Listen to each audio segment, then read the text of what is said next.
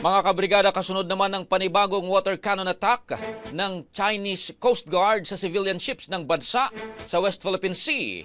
Isang senador, patuloy po na itinutulak ang pagpapataas sa pondo ng National Defense. Para sa iba pang detalye, Brigada Ann Cortez, ibrigada mo. Brigada Live Report. Kailangan na natin because we do not want to be bullied anymore by China and further lose control of some of our territorial waters. Yan ang pagpapaliwanag ni Senador J.V. Ejercito sa likod nga ng patuloy na pagtulak nila sa Senado ng karagdagang pondo para sa Department of National Defense. Kasunod na rin ito ng panibagong pangwa-water cannon attack ng Chinese Coast Guard sa Bureau of Fisheries and Aquatic Resources na magsasagwala sana ng kanilang resupply mission sa West Philippine Sea.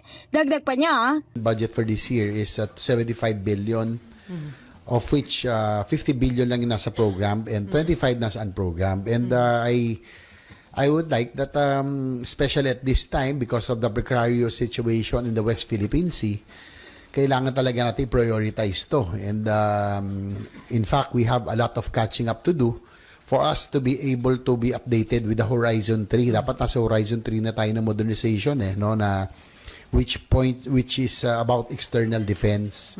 Maalala, sa nakaraang budget hearing, tiniyak na Senador Ronald Bato de la Rosa na susubukan nilang kausapin ang kanilang counterpart sa Kamara upang mapataas ang pondo para sa DND. Ito lang, wishlist lang natin, no?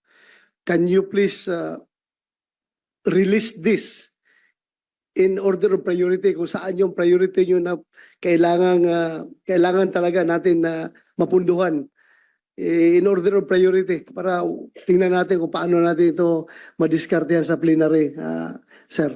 We will comply, Your Honor, Mr. Chair.